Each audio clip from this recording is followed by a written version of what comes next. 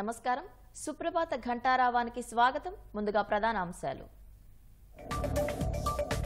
72 మందితో కొలువు తీరిన మోదీ కొత్త మంత్రివర్గం. ప్రమాణ స్వీకారంలో పాల్గొన్న 9,000 మంది అతిథులు.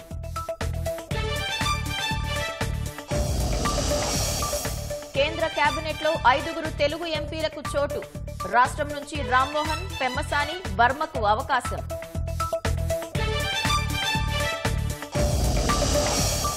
చంద్రబాబు ప్రమాణ స్వీకారానికి శరవేగంగా ఏర్పాట్లు.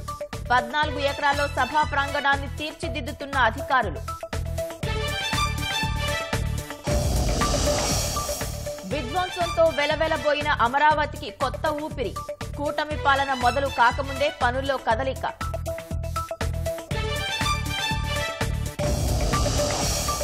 కర్నూలు జిల్లాలో తెదేపా కార్యకర్త దారుణ హత్య.